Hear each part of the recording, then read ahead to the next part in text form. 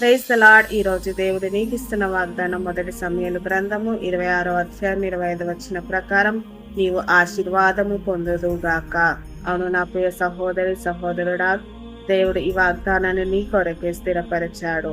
దావీదు జీవితంలో ఎన్నో నిందలు అవమానాలతో కూడిన బ్రతుకు, శత్రువులు ఎంతో మంది ఉన్నారు, పారిపోయే స్థితిలో అతను ఉన్నాడు. అయినా కానీ దేవుడు ఆయనను విడిచిపెట్టలేదు. శత్రువైన సౌలు నోటి నుండి ఆశీర్వాద వచనాన్ని పలికించాడు. అయితే మనం ఒకటి గ్రహించాలి, మన జీవితంలో మనల్ని ఎంతమంది వ్యతిరేకించినా, మనకెంతమంది అన్యాయం చేసినా, దేవుడు మన పక్షమున నిలబడి వారి ఎదుట మనల్ని గొప్ప చేయగలిగే దేవుడు మనకున్నాడు.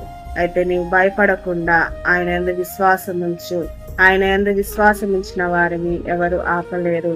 ఈరోజు నువ్వు ఒక ప్రార్థన చేసుకో. ప్రభువా, నా జీవితం అంతా నీ చేతిలో పెట్టాను, నీవే నన్ను కాపాడు, నన్ను రక్షించు.